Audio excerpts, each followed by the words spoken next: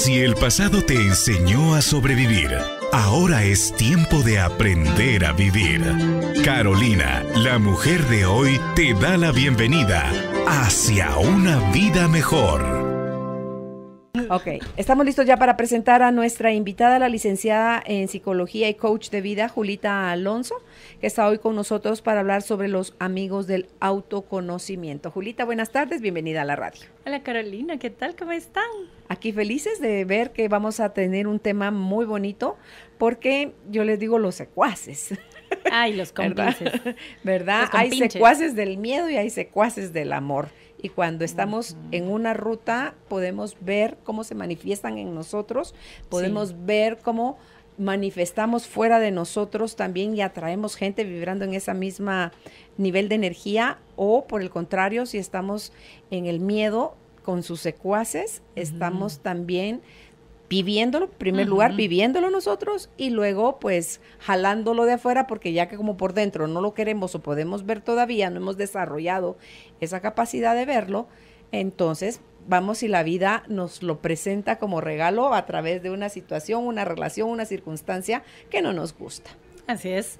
Y una de las cosas, la verdad es que si están felices, yo vengo re feliz, no sé, me encantó el tema. Y una de las cosas es porque para empezar, me encantó la oportunidad de poder como que desempolvar, aterrizar, y lo más importante para mí es poder poner en formas muy concretas y muy aplicativas una palabra tan poderosa como el autoconocimiento. Y lo que pasa con las palabras es que como son palabras, y se vuelven y las empezamos a usar y las usamos y las reusamos y las sin ver lo que implican. Y las vamos convirtiendo más como pequeñas vocecitas de nuestra mente, y ahí es donde decimos que las palabras se las lleva el viento. Cuando nosotros vaciamos a las palabras de su esencia, de lo que es, se vuelven nada, se vuelven palabrerío, se vuelven un bla, bla, bla. Y el autoconocimiento ha pasado por una lavandería de cosas que, si no se usa como un ideal de decir, ay, es que cuando yo sepa por qué me pasa esto, voy a poder ser capaz de salirme de aquí, ¿verdad? Pero se habla con aquel anhelo, como que si fuera aquello inalcanzable. O lo decimos desde el imperativo, es que vos tenés que conocerte. ¿Cómo no te conoces? Vos tenés que conocerte, ¿verdad? Y lo volvimos en un deberías conocerte, en un tendrías que hacerlo. Y ahí la pregunta, Julita, creemos que porque andamos con nosotros para arriba y para abajo, yo ando con Carolina para arriba y para abajo. Ajá. Creo que por eso me conozco. Ajá. Y en realidad, ya muchas veces, soy. Exacto, no nos conocemos. Por supuesto que no. Cuando decimos, no, si yo ya me conozco, yo ya sé cómo soy, yo eso no lo puedo hacer, ahí nos estamos diciendo la mentira más grande del mundo, porque ni me conozco, ni es cierto que no puedo. Hablan de mí, de cómo soy, mis reacciones. Ajá. Eso me encanta, porque vamos a entender que las cosas que salen de nosotros, como bien decía, van a poner en evidencia qué hay en mí. Pero como dice la famosa obra aquí en Guate, el mí mismo y el otro mí mismo, ¿verdad? Hay un yo y hay un ser, y no es lo mismo. El ser es el ser. El ser, vamos a hablar de esa esencia que tenemos todos dentro, de eso que nos hace únicos. Yo siempre lo digo, que nosotros somos seres complejos, complejos pero muy simples, y somos complejos en el sentido de que siempre vivimos dos verdades opuestas. ¿Cuáles son esas dos verdades opuestas? Y es que yo soy única e irrepetible, ¿verdad? Así tengas una gemela. Así tengo una gemela, soy uniquisísima. Así me quieran fotocopiar, no le sale. Soy única. Y al mismo tiempo soy igual que todos. Soy en esencia lo mismo que todos. Y esas son dos cosas opuestas, pero que al mismo tiempo son verdad. Y las dos son verdades acerca de mí. Las dos integran tu ser. Exacto. Y las dos están en mi ser. Ahora, cuando yo estoy hablando del yo, ahí estoy hablando de mi personalidad, estoy hablando de mi construcción, de mi identidad, de qué es ese traje que me he hecho. Incluso es un traje que pueden haber empezado a hacer para mí muchas generaciones antes, ¿sí? Nosotros vemos esta construcción del yo, por ejemplo, cómo empieza desde que la mamá está embarazada, o a veces incluso antes de eso, ¿cierto? Pensemos en una pareja que está teniendo problemas de pareja, y entonces le dicen, no, es que quieres arreglar el matrimonio y tener un hijo. Y ya le dieron un lugar en este mundo antes ni siquiera de estar embarazada, ¿cierto? Entonces nuestro sistema va a construir muchas de las cosas que van a ser como un fundamento para nuestra identidad, que van a decir a qué venimos a este mundo, para qué venimos a este mundo, por qué venimos y quiénes somos en este mundo. Visto de fuera, visto por otros. Fuera. Uh-huh. Visto desde fuera y visto desde lo que las personas alcanzan a ver. Ojo que aquí no estamos diciendo que una persona sea buena, ni mala, ni nada. Simple y sencillamente es lo que alcanza a poder ver. En ese momento era lo mejor que le salía. Entonces, ¿qué es lo que pasa cuando nosotros tenemos todo este proceso? Y para cuando venimos al mundo, no venimos así empelotaditos como se ve en la foto del bebé lindo. Bueno, recién nacidos no somos tan lindos, pero no venimos así desnudos, ya venimos con toda una cantidad de ideas, de sueños, de expectativas, de ilusiones, de historias que ya nos han como que envuelto. Y uno de los retos que tenemos como papás es que nuestras historias, nuestras expectativas no sofoquen la naturaleza de nuestro hijo, ¿sí? Ahora, nosotros confundimos muy fácil el conocer mi historia versus conocerme. No es lo mismo.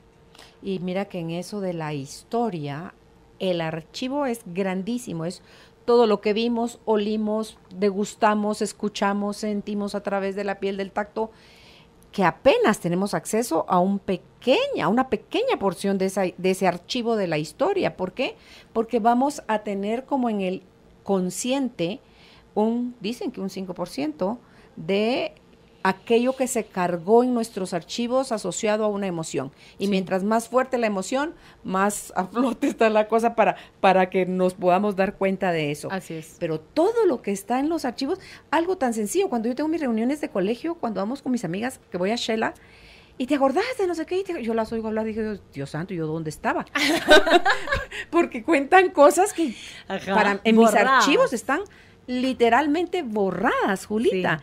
Sí. Y digo, ¿cómo le hacen para recordarse de tanta cosa? Pero si yo lo viví a la par de ellas. Entonces, así cada quien va generando sus propios archivos de su historia que convierte en su realidad, que convierte en su verdad. Sí, las convierte en su verdad. Eso es lo que tenemos que entender. Drama. Que lo convierte en su verdad, y como lo convierte en su verdad, lo va a hacer, lo va a vivenciar, lo va a experimentar, lo va a convertir en vida. Mi verdad tiene que estar confirmada por mi exterior para que yo la pueda sostener como verdad.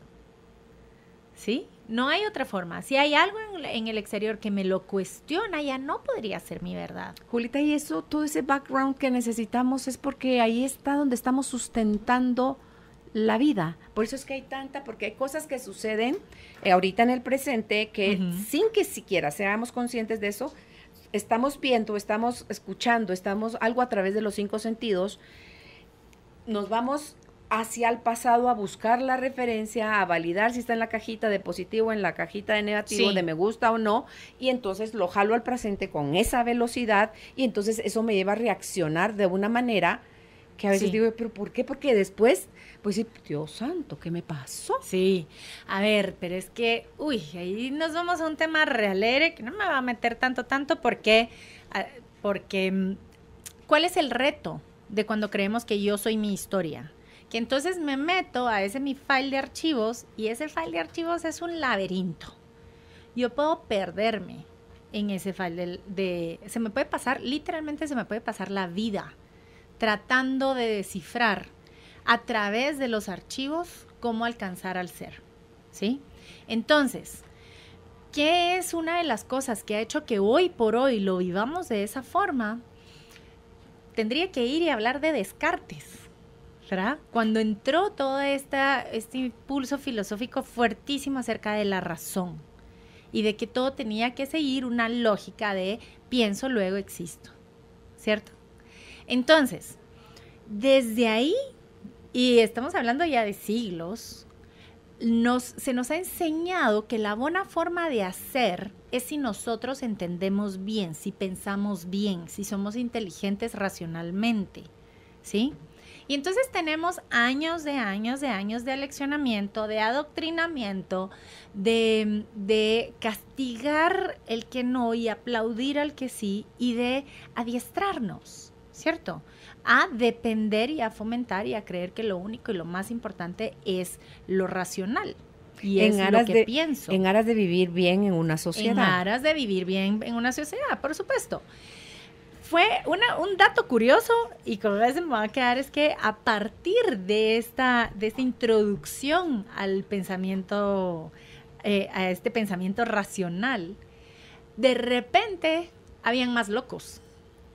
Pero no era necesariamente que hubieran más locos. Simple y sencillamente aquel que no pensaba de una forma racional era tildado como loco. ¿Cierto?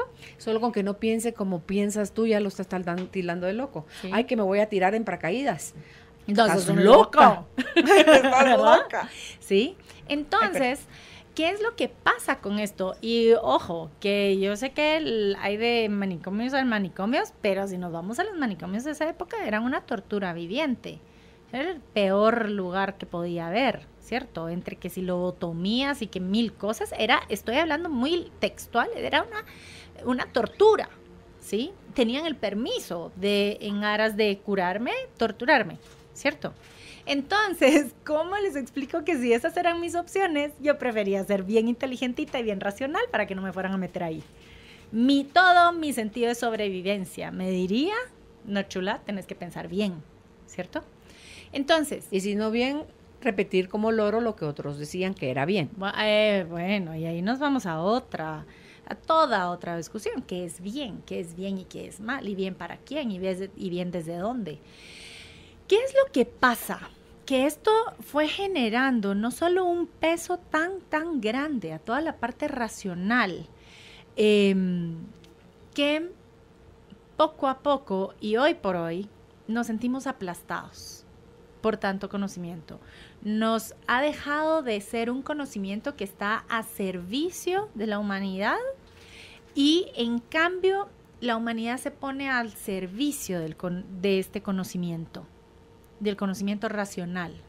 Entonces, por ejemplo, si yo voy y hablo con un doctor y le digo lo que estoy sintiendo, y en los libros del doctor no hay un nombre que explique qué es lo que me pasa, entonces puede ser que me diga, eso ha de ser mental usted, ¿verdad? Hay un montón de diagnósticos que son re chistosos, que es como código para decir, esto no tiene nada biológico y esto ha de ser más un problemita mental. Pero que no tendría nada que ver, no tendría nada malo si fuera una cuestión muy descriptiva, pero cuando se hace como del lado del juicio, ¿sí? No tiene evidencia, no podemos evidenciar en lo biológico que tiene razón de sentirse así. No, yo me siento como me siento. ¿Cómo les va a decir? Que si yo no quisiera sentirme así, de verdad, no me sentiría así, pero me siento como me siento, ¿sí? Entonces, cuando nosotros estamos hablando del conocimiento y del autoconocimiento, vamos a diferenciar que hoy no vamos a hablar acerca de cómo conocer nuestra historia, ni vamos a hablar de cómo conocer la persona que he construido en conjunto con mi sociedad, en conjunto con mi familia, en conjunto con todo lo que me rodea. Vamos a hablar de un autoconocimiento que va más allá, que de entradita cortocircuitea y se busca un atajo para ir y conocer eso que es dentro. Lo que queremos poder conocer es el ser, ¿sí? Eso es lo que hace una pregunta enorme y una pregunta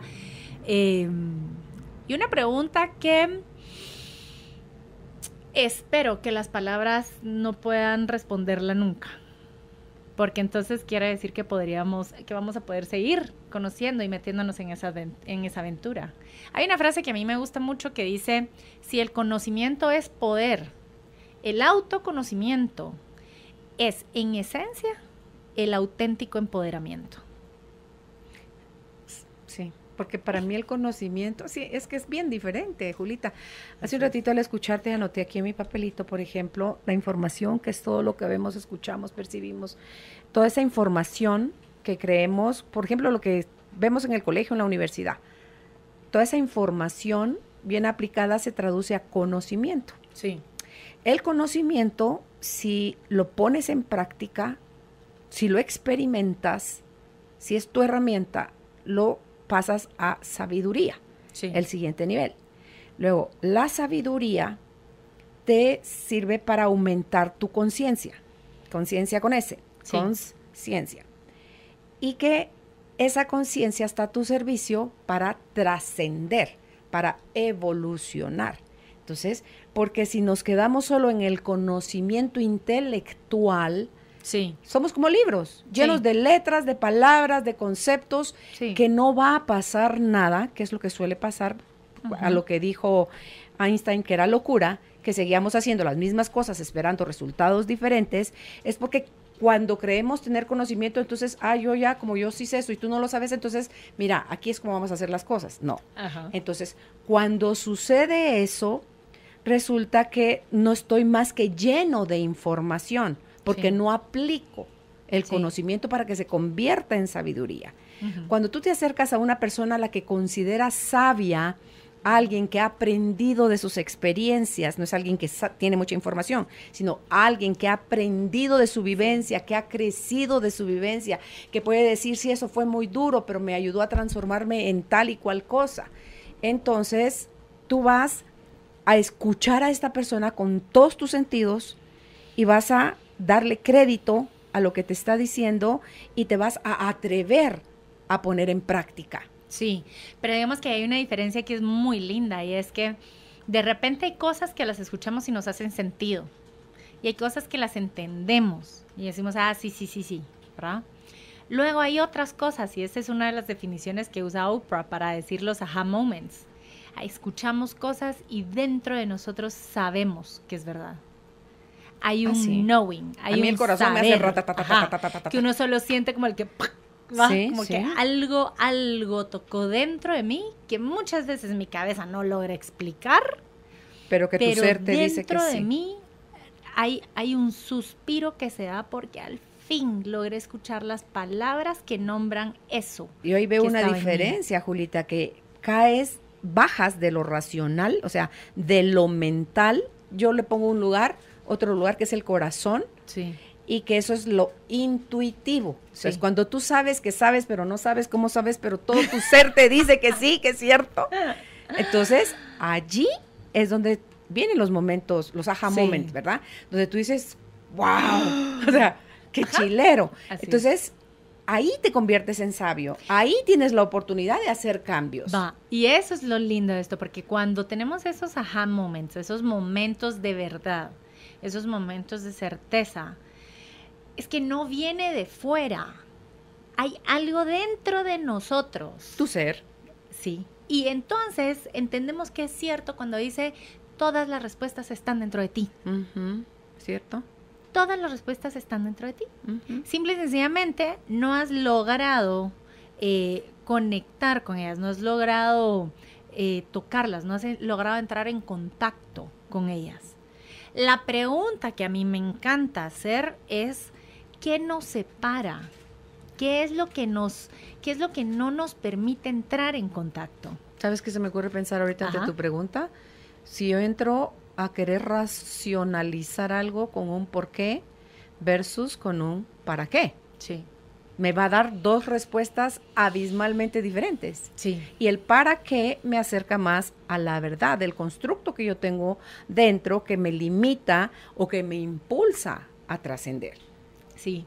Y hay una cosa que tenemos que entender y me gustó me gustó mucho como toparme constantemente mientras preparaba el contenido para el programa es, yo creo firmemente que los seres humanos somos como entes de materialización divina. ¿Qué quiere decir esto? ¿Cómo lo entiendo yo? Yo lo entiendo que nosotros, cada uno de nosotros como seres humanos, venimos a hacer un trabajo en esta vida. Venimos porque tenemos un para qué. Todos tenemos eso. Ahora, ese para qué no nos viene dado ni viene hecho. No es como que digamos, ay, es que viene con el pan bajo el brazo, ¿verdad? Ay, viene así, ya viene con el producto terminado bajo el brazo. No. Nosotros venimos a hacer algo. Que nuestra vida es un constante... es una constante materialización de eso. Por ejemplo, yo nunca, espero, voy a poder terminar de decir todas las cosas que tengo que decir. Nunca, no me van a alcanzar las palabras. O sea, yo puedo venir hoy, puedo venir el otro mes y siempre voy a decir, brotan, ¿de dónde? No sé, pero brotan las palabras, ¿cierto? Si no salen por mí, van a salir por alguien más, ¿sí? Porque de que lo divino se materializa, se materializa. ¿Por dónde va a poder salir? Por aquellos canales que están abiertos, que se permiten ese espacio interno para poder transmitir eso, para poder canalizar eso. ¿Qué nos evita? ¿Qué nos tapona como canales? ¿Qué tapa nuestra salida? Y pensémoslo como un chorro que está abierto en una casa. Si el chorro está cerrado, no sale nada. El agua está ahí adentro y está esperando. Pero si el chorro está cerrado, está cerrado. ¿Puede ser, Julita, el sentirnos imperfectos e incompletos? A ver, yo traje una analogía que me va a contar. Y yo siempre, cuando era muy chiquita, viajamos con mis papás y fuimos a Italia. Y entonces, bueno, fuimos a ver todas estas obras, estas esculturas de mármol, ¿cierto? Y es impresionante verlas porque uno puede ver la venita de la vena, de la venota, del brazo, es un pedazo de piedra. Pero es impresionante cuando uno lo ve. Es que en la cabeza no cabe que eso fue hecho por un hombre. Y él dijo que eso ya estaba ahí adentro, que él solo quitó los excesos. Así es. Y hay la que a mí me impactó es el Moisés de Miguel Ángel. Increíble, ¿no? Que la historia cuenta que la rodilla de Moisés, de esa escultura, tiene un rasguño. ¿Sabía eso? ¿No? Que cuando Miguel Ángel observa su obra final, la obra completa, lo ve tan real y el Moisés está a medio paso de levantarse. Y fue el momento de Miguel Ángel de frustración de decir, pero levántate. Y le pegó un martillazo, ¿cierto? ¿Por qué? Porque lo que construyó tiene vida propia, ¿sí? Ahora, él lo decía, yo no construyo nada. Yo voy y me siento en la cantera y veo pasar todos los pedazos, las grandes piedras cuadradotas, sin gracia. Las veo pasar y observo que dentro de ellas ya está una escultura. Uh-huh. Mi único trabajo es quitar los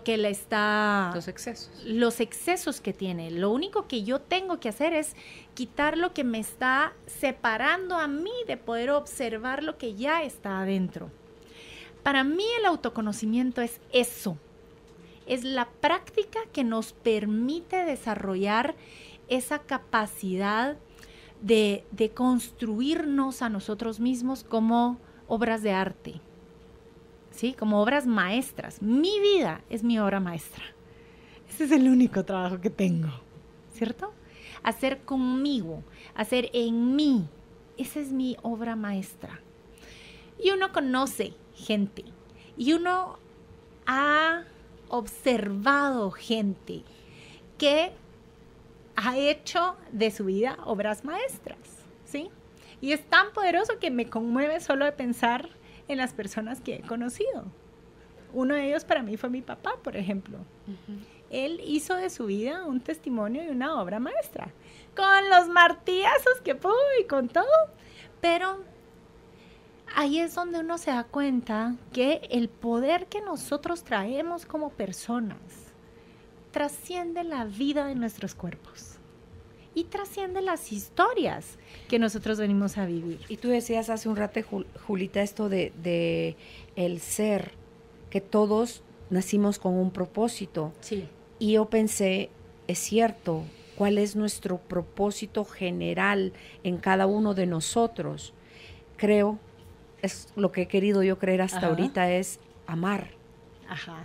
Uno, puse aquí, amar, expresar eso a través de nuestros talentos, como hizo Miguel Ángel, el escultor, expresarlo a través de nuestros talentos. Si el tuyo es cocinar y cocinas delicioso, cocínalo, sí. No porque te lo van a venir a comer, porque tú tienes la capacidad, sí. Ni siquiera te lo tienen que agradecer, no. Porque tú ya tuviste el regalo al gusto. Prepararlo. Sí. Entonces, si lo tuyo es pintar cuadros, si lo tuyo es construir edificios, si lo tuyo es operar personas, lo que sea tu talento, sí. Es expándelo, compártelo. Y es que eso es lo genial, yo no tengo que hacer nada para expandirlo, porque eso brota. Y aquí tengo, pero es que eso va a brotar naturalmente al ser. Sí, del ser. Por eso cuando tú eres,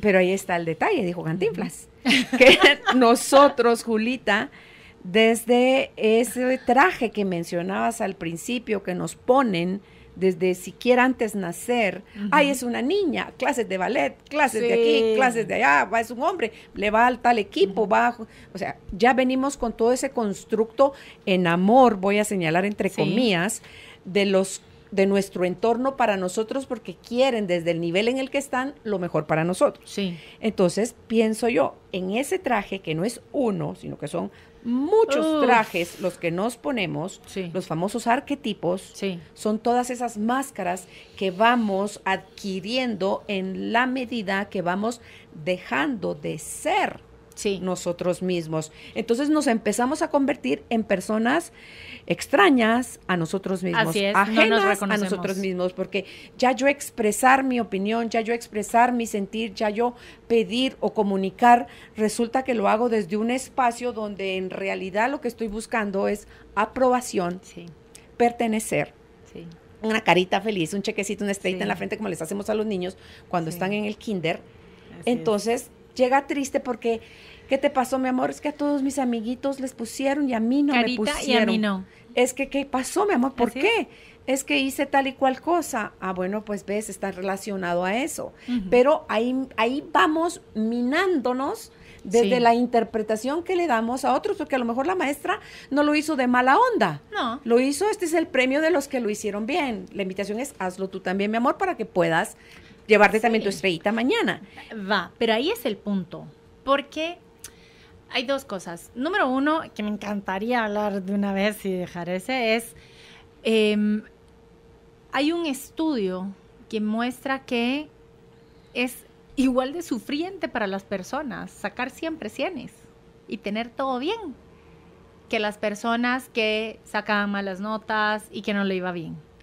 ¿Por qué? Porque cualquiera de los dos, ya sea el castigo del fracaso o el aplauso del éxito, cualquiera de los dos nos hace dependientes de lo que pasa fuera de nosotros. Y por definición eso nos va a desconectar de nosotros, ¿sí? Por definición. Ahora, ¿qué pasaría si vengo yo y con la tecnología de la época les digo, es que qué belleza el Moisés de Miguel Ángel y una cosa espectacular, y alguien dice, ¡ah, qué chilero! Todos deberíamos de ser entonces Moisés. Entonces todos seamos así de excepcionales y nos meten a una línea de producción para sacarlos por montones. Es que como somos únicos, solo existe un Moisés. Y el único propósito es que haya uno, porque ese viene a darle al mundo lo que él viene a darle al mundo.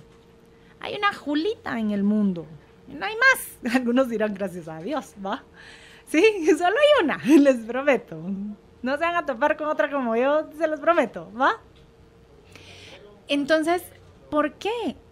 Porque lo que yo tengo que decir, de la forma en la que yo lo voy a decir, ese es el trabajo que a mí me toca. Y si yo no lo hago, no va a haber nadie que lo pueda hacer por mí, ¿sí?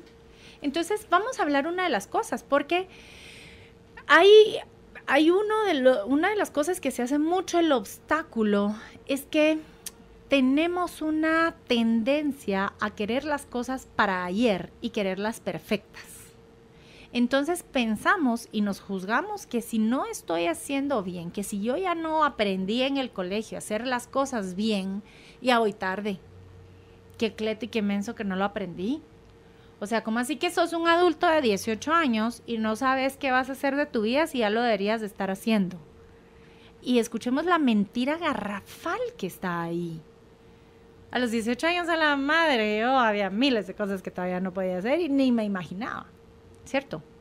Ahora, nosotros tenemos, si nuestra vida es nuestra obra maestra, tenemos nuestra vida para hacerla.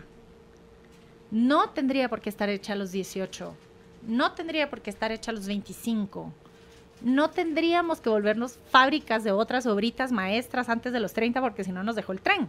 No, tenemos la vida para entender que estamos en un continuo proceso de dejar ir todo lo que no somos nosotros para poder mostrar lo más auténtico y genuino que hay en cada uno, que va a ser la expresión más auténtica de nuestro ser, ¿sí? A mí me pasa mucho que nos parecemos un montón con mis hermanas, ¿verdad? Y en general me ven y me dicen, vos sos Alonso. Y digo, ay, sí, ya pueden ir con el chisme, entonces mejor me porto bien, ¿verdad? Pero, y al mismo tiempo no podríamos ser más distintas. Somos súper distintas. Y cada una le va a agregar a la vida familiar, cada una le va a agregar a la empresa familiar, cada una le va a agregar a la existencia algo que la otra solo no va a poder porque no le toca a ella, no le compete. ¿Tú qué otro apellido tenés? Marenco. Con M de mamá. Con M de mamá. Ok. Los Alonso Marenco, todos vienen del mismo vientre. Sí. Doña Marta es quien los gestó con don Augusto. Con don Augusto. Con don Cucho. Sí, y todos ustedes tienen una versión diferente de don Cucho y doña Marta. Totalmente. Todos ustedes son una fase de ellos dos. Así y la riqueza es, se parecen físicamente, sí, grandotes todos, pero en el modo tienen la exclusividad, uno de ser Cucho, otro de ser Julita, otro de ser Marisol, otro de ser, ¿verdad? Entonces, ni uno es mejor ni otro es peor, solo son una versión diferente de los Alonso Marenco. Y eso me encanta, porque justo venía para acá y venía escuchando un programa acerca del propósito. Y dice, ahí es donde también tenemos fantasías de el propósito. Ya vieron cómo ya empezamos a patear la palabra y a empezar a hacerla lo que no es. Decía, es que no existe el propósito. Si nosotros somos entes de materialización divina, quiere decir que nuestro propósito es entregar eso. Ese podría ser el propósito. Pero ¿cómo va a ser vehiculizado? Eso va a cambiar minuto a minuto. Depende de cada persona. Y depende de ti también a cada momento. Sí. Entonces, ¿qué es lo que pasa? Cuando yo empecé a venir con usted, yo le hablaba así como del psicoanálisis y que la gran, ¿verdad? Porque eso era lo que yo en ese momento tenía para hablar. Uh-huh. Y solo ya no soy la misma que hablaba de eso. Y antes hablaba desde la psicología. Y no está bien ni está mal. En ese momento era lo que yo tenía por hablar. Y ahora puedo estar de acuerdo con algunas cosas, puedo complementar otras, pero simple y sencillamente estoy diciendo algo distinto No porque lo anterior esté bien o esté mal, sino porque esto que tengo yo ahorita es lo que yo tengo por hablar. Claro. Y lo más seguro, y espero con ilusión y con mucha curiosidad, saber qué es lo que voy a tener que hablar el otro año. O sea, ¿se dan cuenta que qué aburrido sería que fuera lo mismo? Claro. ¡Qué aburrido! Es que tu transformación interna en ese proceso de autoconocimiento, de autoindagación, es donde tú vas sacando una reloaded, Julita. Y eso lo podemos ir haciendo cada día. Eso lo hacemos cada día. Pero hay gente que cree que porque ya tiene tal edad, ya se amoló, Julita. Y ahí es donde entramos entonces con una cosa re chilera. Y es, ¿cuáles son los amigos del autoconocimiento? ¿Cómo sabemos nosotros? ¿De qué podemos apoyarnos para saber que estamos en ese proceso de autoconocimiento?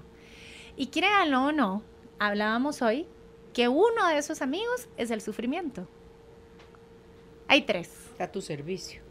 El sufrimiento, el dolor, bueno, para mí, ¿cierto? El sufrimiento, el dolor y la inspiración.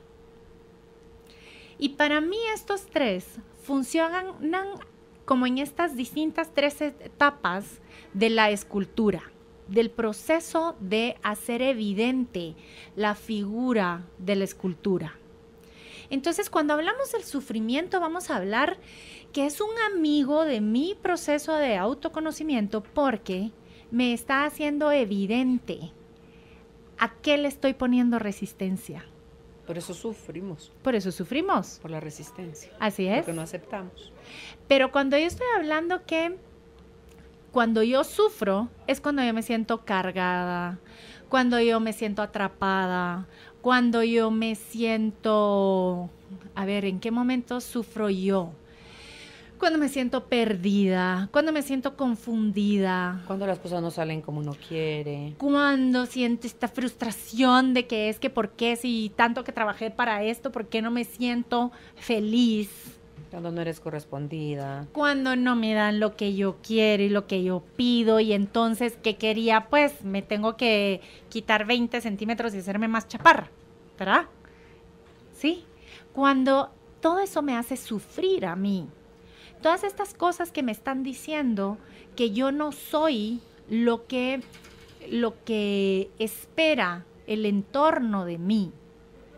Eso no, o sea, el entorno, como dicen, el entorno a mí me puede decir misa y me puede pedir pizzas. Pues yo soy una ensalada, ¿cierto?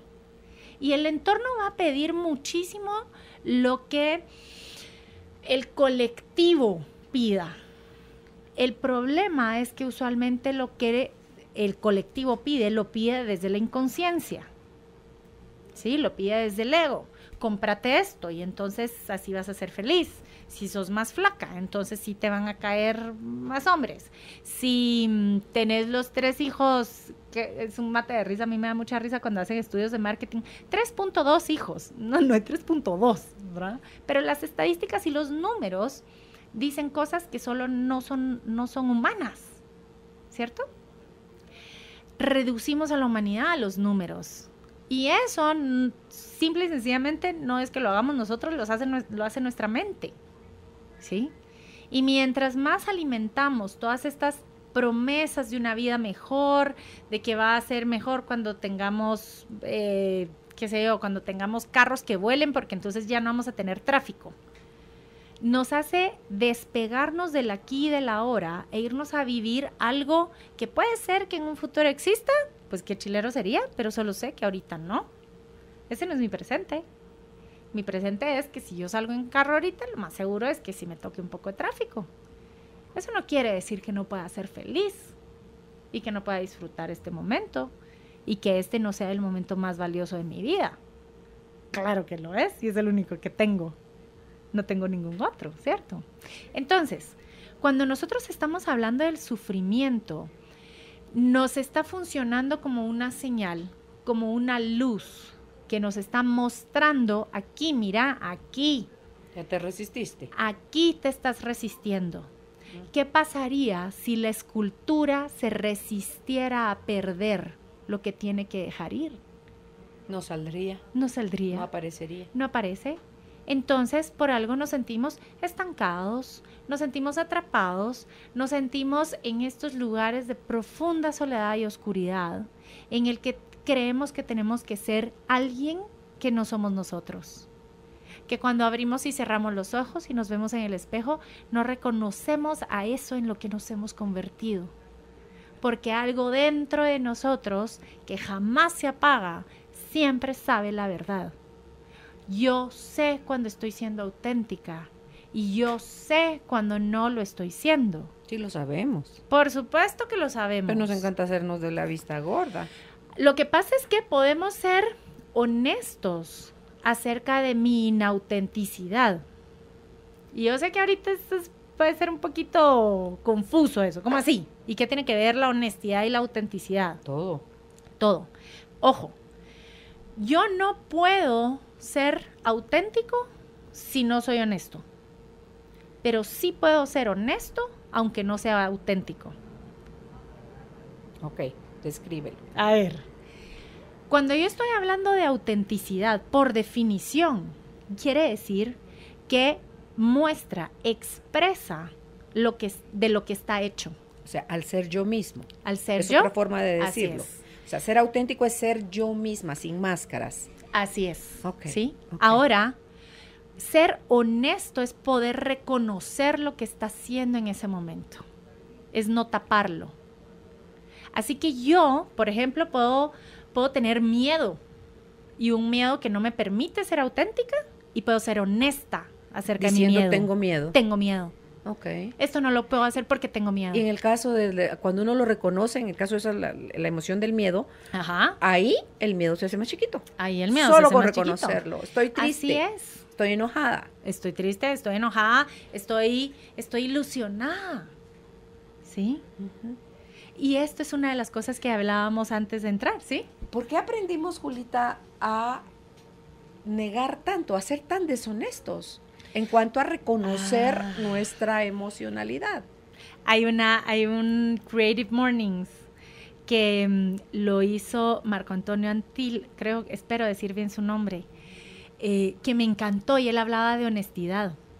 Y él es un emprendedor guatemalteco que trabaja para empresas del Fortune 500 y es súper exitoso en Estados Unidos. Y la historia de él, de verdad, a todos les recomiendo que busquen el Creative Morning en la que él habló.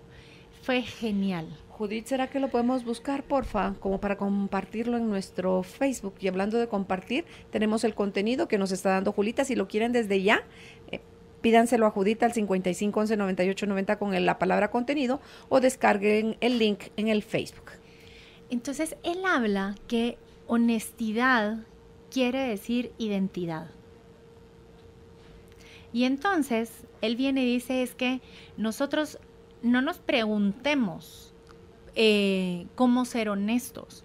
Preguntémonos qué nos detiene de ser honestos. ¿Qué es lo que no nos deja? Miedo, así es. Miedo. A no gustar, miedo a ser rechazado. A que haya algo de la identidad que vaya a ser lastimado. O sea, ahí está asociado también, Julita, entonces la vulnerabilidad. Totalmente. O sea, el cuando no nos damos permiso a ser vulnerables. Totalmente.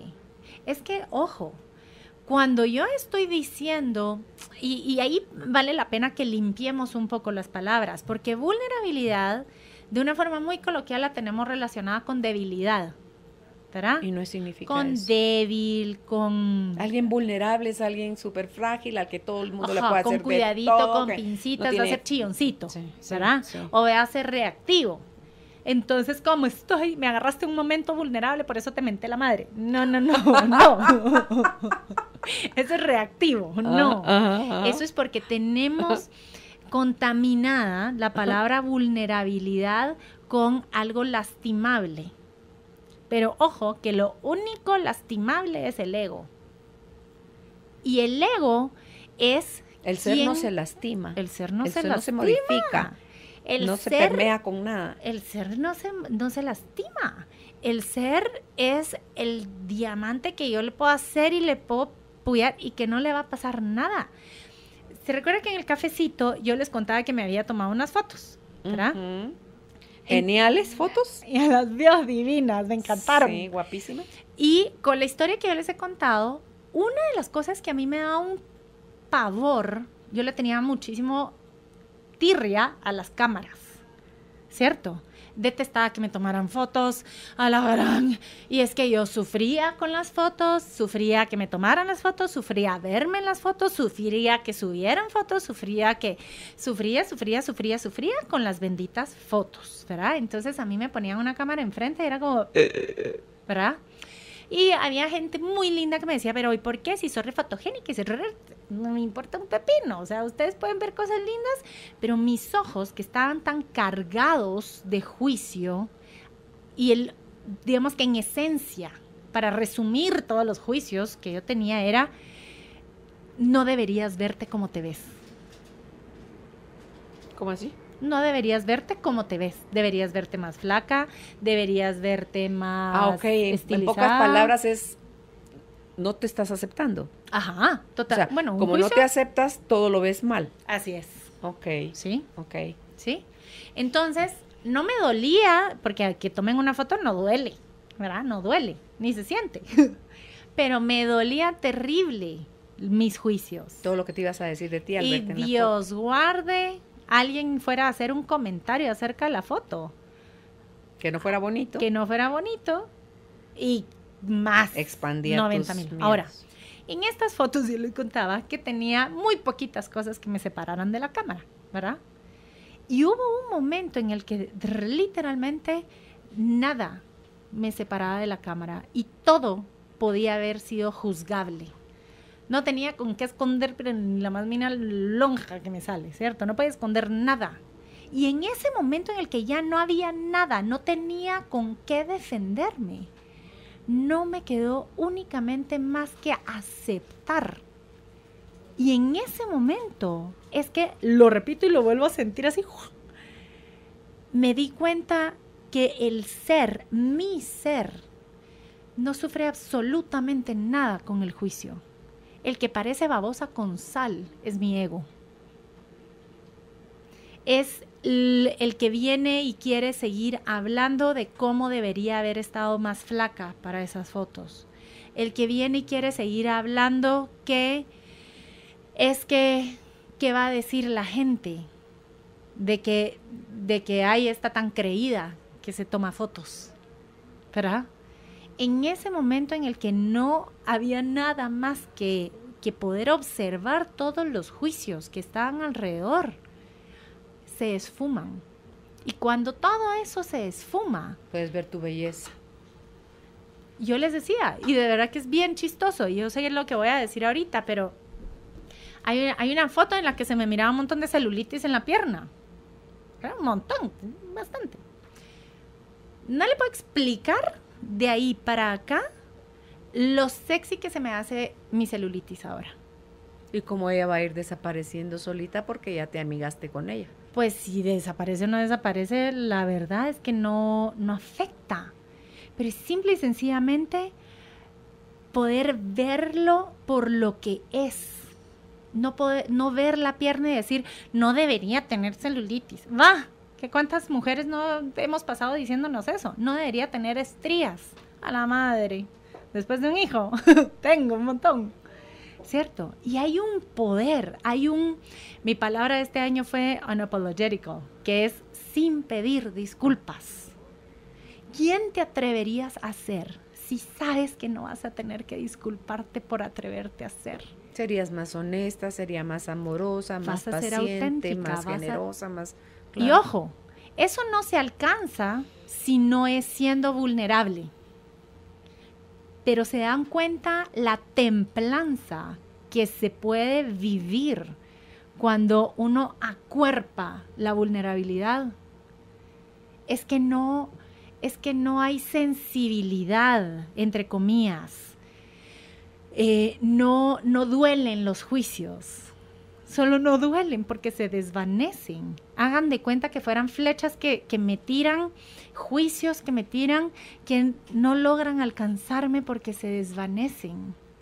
Porque al ego le puede doler, sí. Pero no es lo mismo, nunca va a ser lo mismo, ¿sí? hay algo de esta luz del ser, que cuando uno es vulnerable, lo único que está diciendo es que está dejando el camino libre para que esa luz pueda ser vista. Lo que pasa es que tenemos esta historia de miedo, de que lo de afuera, si llega a tocar esa luz, la va a dañar, porque es tan... No, la luz no da la luz nada. No la destruye. Nada la destruye, nada la lastima, nada la contamina, nada. Que la misma sombra es ausencia de luz nada más, pero así es luz. O sea, la sombra nunca va a consumir luz. Uh-huh. Esto es bien importante. Cuando yo tengo un foco o yo tengo un fósforo y alrededor está oscuro, la oscuridad no se come la luz. La luz no funciona así. Puede más la luz. Nosotros somos luz. Uh-huh. Y las personas que estén escuchando digan, sí somos luz. ¿Por qué me siento tan oscuro? Porque ¿qué es lo que ha envuelto usted por proteger muchas veces ese punto de luz? Lo que está haciendo esa protección es la que lo está dejando a oscuras, es la que lo está dejando desconectado, es la que lo está dejando aislado, es la que lo está dejando solo, ¿sí? Y yo los acompaño y yo los entiendo, que a la madre, entonces, ¿qué? Me tengo que quitar todas las cosas que hasta este momento me han protegido. Solo que miedo se siente, pero se reconocerlas. siente miedo. Y ese es el apego, y ese es el sufrimiento, ¿sí? Cuando yo sufro con la idea de pensar, ¿y qué pasaría si me ven entonces frágil y débil? Y entonces me van a atacar, y entonces van a tomar ventaja. Y entonces empiecen a sentir cómo se empieza a alimentar la ansiedad de eso. Y fíjate, cuando tú ves a alguien frágil, a alguien vulnerable, puedo pensar en un bebé, ¿Sí? puedo pensar en un anciano, ¿Sí? y tú lo que sientes es compasión, Un deseo. ternura, sientes deseos de contener, de proteger, Sí. porque ves indefensión. No ves, lo friego porque de plano no se va a poder defender. A ver, y ahora hay otra cosa. Hablábamos que el sufrimiento es uno de los amigos. El dolor es otro amigo. Y el dolor, ¿por qué? Y ojo, que tenemos que entender que el sufrimiento es la respuesta a la defensa que queremos hacernos del dolor. Como no queremos que las cosas nos duelan, buscamos con qué defendernos y esa defensa nos genera sufrimiento. Puede ser el dolor no procesado, Julita, lo que convierto en sufrimiento.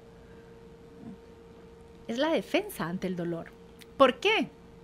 Porque nosotros, digamos que es cuando nosotros metemos mano y atascamos el proceso del dolor. Es que dicen, es que yo no voy a dejar que el dolor me cambie. El dolor está para cambiarlo.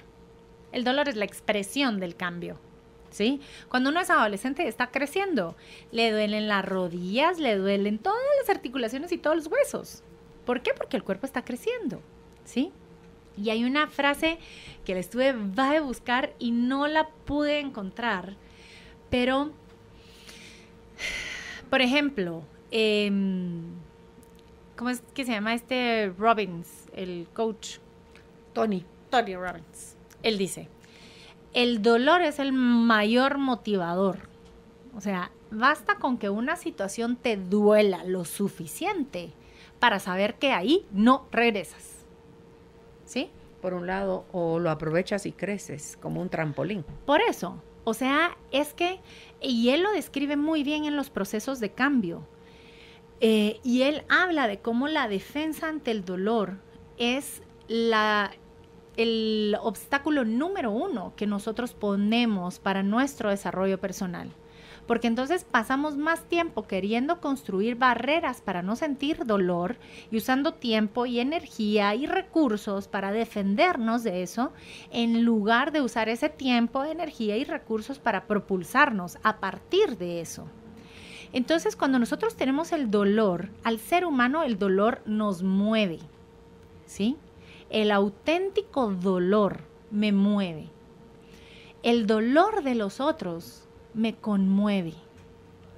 Cuando yo veo a una persona que está pasando por una experiencia de dolor, me conmuevo. Sí. Hay algo dentro de mí que se mueve. Ante todo cuando se ha empezado ya a desarrollar grande la inteligencia emocional. Así es. Si no. ¿Por qué? Y esto es así. Esto lo dice Brené Brown, que me encanta, y dice: yo solo puedo responder ante el dolor de los demás, o solo puedo responder ante la vulnerabilidad de los demás con lo que yo uso para responder a la mía. Entonces, si yo estoy viendo a alguien en un momento vulnerable y yo me hago ciego, es porque yo me hago ciego ante mi propia vulnerabilidad. Si yo estoy ante una persona que está teniendo un momento de dolor, y por ejemplo, esto lo he visto, antes se veía más, ahora se ve poco, por ejemplo, una persona que está en un duelo, ¿cierto? Y está en el velorio, está sentado, y llegan y le dan una pastilla. Para que no sufra. Para que no sienta, para que no le duela. ¿Sí? Es decir, error. Esa respuesta de evitar el dolor. ¿Es por qué? Porque es que yo digo que no va a aguantar con el dolor, porque es demasiado dolor, porque es que... ¿Por qué? ¿Sí? Démonos cuenta que ese tipo de respuestas no hablan acerca de la naturaleza humana, hablan acerca de lo que nosotros nos estamos diciendo de por qué queremos evitar el dolor. Y el dolor, lo que hace, la experiencia de dolor, lo que hace es que nos humaniza. Hagan de cuenta que cuando nosotros estamos haciendo esta escultura y estamos cincelando y estamos quitando todo lo extra, ¿cierto? Y va a echar punta. Y quitamos pedazos y quitamos pedazos y quitamos pedazos. Podemos quitar los pedazos porque el sufrimiento que puede estar ahí sosteniendo cede y deja ir, ¿sí? Y cae el pedazo, ¿ok? Pero ojo, que si yo tengo una escultura, llega un momento en el que yo ya no tengo que quitar. Hay un momento en el que yo tengo que parar. Y esto cambia, y en lugar de seguir quitando, llega el momento en el que tengo que saber preservar, ¿sí? Tengo que saber reconocer que ese pedazo tiene un lugar. Y eso es lo que hace el dolor para nosotros. El dolor nos dice que, o nos pide más espacio para nuestro ser. Usualmente pasa eso. Esta frase que me encanta, o por ejemplo, cuando uno está creciendo y los zapatos le empiezan a quedar chiquitos. El pie duele, ¿cierto? ¿Sí? El pie duele. Entonces, ¿qué hacemos? Mi mamá, que se desesperaba de decir a la madre: otra vez te tengo que comprar tenis, ¿verdad? Pues sí. O el zapato crece o hay que cambiarlo, porque mi cuerpo no va a parar de crecer. Mi cuerpo no se va a chiquitar. Y es este video de las langostas, que lo ha visto, que hay un rabino que habla de unas langostas, que me encanta. Y habla de que creían que las langostas cantaban. Y luego se dan cuenta que las langostas no cantaban. Era un llanto. Pero ese llanto se daba cuando la caparazón les empezaba a quedar pequeñas a las langostas. Y las langostas entonces se veían con una elección de decir: bueno, ahorita o me toca empezar a destruir mi caparazón para hacerme una nueva, o podían anestesiarse y anestesiar el dolor y no cambiar la caparazón. La pregunta es, cuando nosotros estamos teniendo una experiencia de dolor, ¿qué hacemos? ¿Qué hacemos? ¿Hacemos las del águila o hacemos las de la langosta? Así es. Porque el águila se recluye, se aísla, se quiebra el pico a sí misma porque lo va a cambiar, se arranca una a una las plumas porque le va a salir nuevo plumaje, y las garras también. ¿Sí? Y todo eso le sale nuevo, y así entonces sale de su refugio cuando ya está renovada. Y eso es a lo que creo yo que es la invitación, si estamos viendo la historia del águila, es a que eso es parte del autoconocimiento, es el ir a esa reclusión, que no es otra cosa sino el ir adentro. Sí.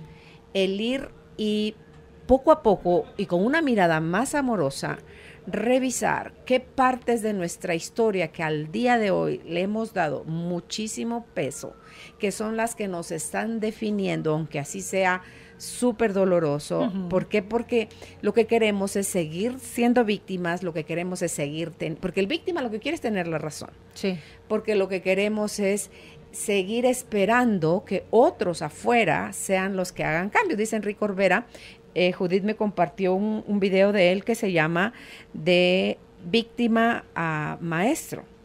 Entonces, ahí explica él muy bien. Para mí todo lo que está ahí es, si lo pudiéramos compartir hoy, Judith, por favor, el video para que más gente tenga acceso a esa información. Es oro puro lo que él está diciendo. Entonces, cuando nosotros empezamos a dejar, porque dice, para nosotros es muy fácil creer que el cambio en los demás debería suceder y que es fácil. Pero ¿saben qué? Los demás piensan exactamente lo mismo, que el que debe cambiar es el otro. Entonces, ahí es donde no va a pasar nada. Ahí es donde seguimos haciendo las mismas cosas, esperando resultados distintos. Ahí es donde seguimos siendo víctimas. Ahí es donde no aprendemos, no trascendemos. Y las cosas... Hay tanto engaño, Julita, en que somos dueños de la verdad, que tenemos la razón, que está fuera el problema. Hablábamos fuera de micrófono con Julita, que me gustaría que habláramos de eso al regresar. Julita, por favor, después de que nos hables de la inspiración, que estamos co-creando. Nuestro presente está siendo co-creado por nosotros, por la referencia que tenemos del pasado y por la expectativa que tenemos del futuro. Sí. ¿Verdad? Entonces, de todo eso vamos a hablar al regresar. Estamos conversando con nuestra invitada, la licenciada en psicología y coach de vida, Julita Alonso. El tema, los amigos del autoconocimiento. Está el contenido para ustedes en WhatsApp, si lo quieren pedir, 55 11 98 90. Si lo quieren descargar de nuestro Facebook, estamos como Carolina, la mujer de hoy. Y a esos mismos espacios, sus dudas, comentarios en relación al tema. Ya volvemos. Después de tomarte un respiro, viene la calma. Ya regresa Carolina, la mujer de hoy, por Globo 98.9. Carolina es la mujer de hoy. Estamos ya de vuelta con nuestra invitada, la licenciada Julita Alonso. Los amigos del autoconocimiento es el tema de hoy. Nos ha estado contando Julita sobre los amigos del autoconocimiento, el sufrimiento, el dolor y el tercer pilar es la inspiración. Sí. Y para explicarlo usábamos este ejemplo de cómo se hacen las esculturas, especialmente estas esculturas de mármol, ¿cierto? Y hablábamos de cómo Miguel Ángel, este famoso pintor y escultor y de todo, él decía que se iba a sentar a las canteras a ver pasar los grandes trozos de mármol y que él tenía la capacidad de poder ver la figura que ya estaba dentro de ese trozo. Entonces, cuando nosotros estamos haciendo de nuestra vida nuestra obra maestra, el sufrimiento es un amigo porque nos va dando luces. ¿Cuáles son esas cosas que tenemos que dejar ir? ¿Cómo sabemos que el sufrimiento es señal? Porque vamos a sufrir con la idea de dejar ir eso, ¿cierto? Cuando nosotros tenemos sufrimiento es porque o estamos resistiéndonos o estamos apegándonos a algo. Que el apego realmente es solo una forma de resistirme a la pérdida, ¿sí? Siempre es resistencia. Creyendo que así la vamos a impedir. Sí, hombre, creyendo que así la vamos a impedir o creyendo que lo necesito, creyendo que no puedo vivir sin eso, creyendo que, mil cosas. Que me pertenece. Pero el sufrimiento nos muestra cuáles son esos pedazos de ese trozo de mármol que yo tengo que quitar. Ahora el dolor nos empieza a enseñar qué es aquello que yo tengo que preservar. Yo no puedo quitar y machetear todo el trozo de mármol, porque entonces me paso llevando a la escultura. Tiene que llegar a un punto en el que yo tengo que parar, en el que tengo que reconocer que algo tiene su lugar y algo tiene su razón de ser, ¿sí? Y el dolor lo que hace es que empieza a conectar con eso que está dentro de nosotros. Hablábamos que cuando yo tengo la experiencia de dolor, ese dolor me mueve, pero es que mueve algo muy interno dentro de mí. Genera un cambio que hace un antes y un después. Y el dolor de los otros me conmueve. Hay algo de la experiencia tan profunda de esa persona que está teniendo que conecta inmediatamente con lo más profundo en mí. Y ahí nosotros podemos empezar a tener esa sensación de que hay algo de conexión, de humanidad, ¿sí? La experiencia del dolor nos humaniza. Y viene la tercera parte, que es la inspiración. Yo les decía que a mí de verdad que me gusta mucho creer que somos seres de manifestación divina. ¿Qué quiere decir esto? Nosotros venimos para venir a hacer la expresión de algo que no es una expresión mía, de mis gustos, de lo que yo quiero, de mis expectativas. No, es una expresión de lo que es divino en mí, de lo que se mueve divino a través de mí. Decía Wayne Dyer, in spirit, que eso era la inspiration, ¿verdad? Era estar conectado con el espíritu. Así es. A mí me gusta cómo se escucha en español esto de ser habitado por el espíritu, donde el espíritu habita en mí, ¿sí? ¿Y qué es esto que el espíritu habita en mí? Es esto que le da, es esto que hace que ese Moisés de Miguel Ángel parezca tan real, ¿sí? Lleva las cosas a otra dimensión. Uno puede observar, y cuando uno ve estas obras de arte, es que, pues uno diría es una pinche piedra, pero no, hay algo que se mueve dentro de uno, porque eso ha sido resultado de esa inspiración. Eso ha sido la materialización de esa inspiración. Y es cuando te conectas con la esencia del objeto, en este caso, esa escultura, porque pasa lo mismo que con el Moisés, con la piedad y con el David. Se siente exactamente lo mismo. Pasa lo mismo cuando ves un cuadro que te conmueve a las lágrimas, o ves a alguien que está en un escenario bailando que tú te conmueves a las lágrimas, o ves las flores, o ves un colibrí, por ejemplo, que te conmueve a las lágrimas. Y eso es cuando contactas con la esencia con la que esa cosa fue creada. Así es. Así es, ¿verdad? Es que dígame si no es divino eso. Sí, por supuesto. Entonces, ¿qué pasa cuando nosotros... Cuando ves un bebé. Cuando uno ve un bebé que es espíritu puro, ¿verdad? Cosa divina, cuando se chupa el dedo, entonces, ¡ay! ¡Gordo! Cosa, Sí. Sí. Los que nos comen conmovemos, queremos eso, ansiamos eso. Porque si hay algo que es un auténtico alimento en nuestras vidas, es eso. Entonces, cuando nosotros tenemos esta experiencia de inspiración, es porque estamos conectando. Cuando nosotros logramos darle voz, por ejemplo, para nosotras es eso, es darle voz a esa inspiración que se mueve a través de nosotras. O sea, yo no me inventé esto, ya quisiera yo, ¿va? Me dijeron, pon estas 3 y estas 3 pongo, va, está bueno, ya aprendí, ya hago caso, ¿verdad? ¿Por qué? Porque simple y sencillamente lo que es vehiculizado a través de esa inspiración transmite esa humanidad.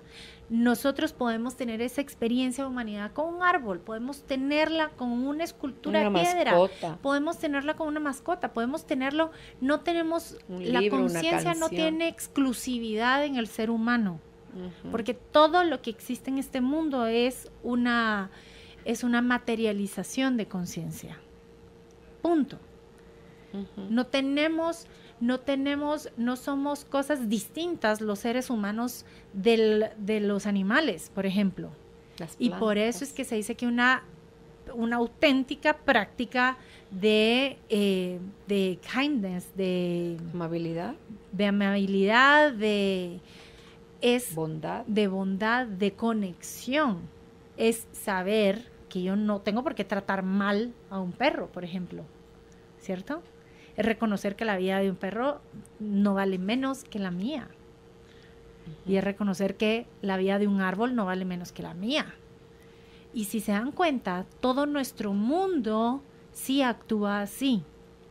Acabo de leer una frase que me tocó en el alma y decía, ¿qué pasa con nosotros que un edificio de 100 años lo declaramos patrimonio de la humanidad, pero un árbol de 100 años lo declaramos madera a la venta? ¿Cómo es? ¿Qué estamos haciendo? ¿Qué diferencias? ¿Qué estamos haciendo nosotros para separarnos y para ponernos a alimentar esta fantasía que nos pone por encima de la naturaleza? Porque tenemos tal vez, Julita, puesta la mirada en lo material, en lo superficial, en lo que me beneficia, sin tomar en cuenta que el árbol está vivo y está a mi servicio. Y que estamos al servicio uno de los otros. Y ahí es donde se rompe con la profundidad del término ecológico. Es que ser ecológico no es yo, como soy tan bueno, yo voy a cuidar el medio ambiente. No, mi amor, tu dosis de humildad es lo que te hace falta para reconocer que no vas a cuidar el medio ambiente ni porque está de moda, ni porque qué buena onda que tú sos, ni porque así te tomas la foto de que estás siendo ecológico. No, es que esa es la única vía para tu sobrevivencia. Si la naturaleza decide un día que ya no estás, vale con que suba la temperatura del ambiente un par de grados y te puedes morir. O congelarse las aguas. O congelarte un poquito, ¿cierto? O sea, vivimos en un mundo que funciona en unos niveles tan sutiles que permiten nuestra vida. Y a mí una de las cosas que me encanta es, aquí nos podríamos ir, miles a otro lado, pero un viaje en Hawái me cambió la forma de ver el mundo, porque ahí fue donde yo entendí. Ellos se sienten como las pulgas que andan en el lomo de un perro, ¿verdad? Que saben que si el perro se le da la gana rascarse y moverse, ¡chao, pulgas! Entonces ellos, todos sus actos, ellos no cuidan a la naturaleza, ellos veneran a la naturaleza, tienen un agradecimiento profundo por la naturaleza, honran la naturaleza, porque viven con la humildad de saber que su vida es gracias a la generosidad de la naturaleza. Madre. Es que es madre, ¿sí? Es la que nutre, la que provee. Cuando estamos hablando de inspiración y estamos hablando de esta capacidad de conectar estos niveles tan profundos, podemos conectar y vamos a sentirnos conectados con todo. Podemos encontrar esa vitalidad, esa vida, podemos conmovernos con todo, podemos conmovernos con la mosca, y eso que no me gustan las moscas, ¿verdad?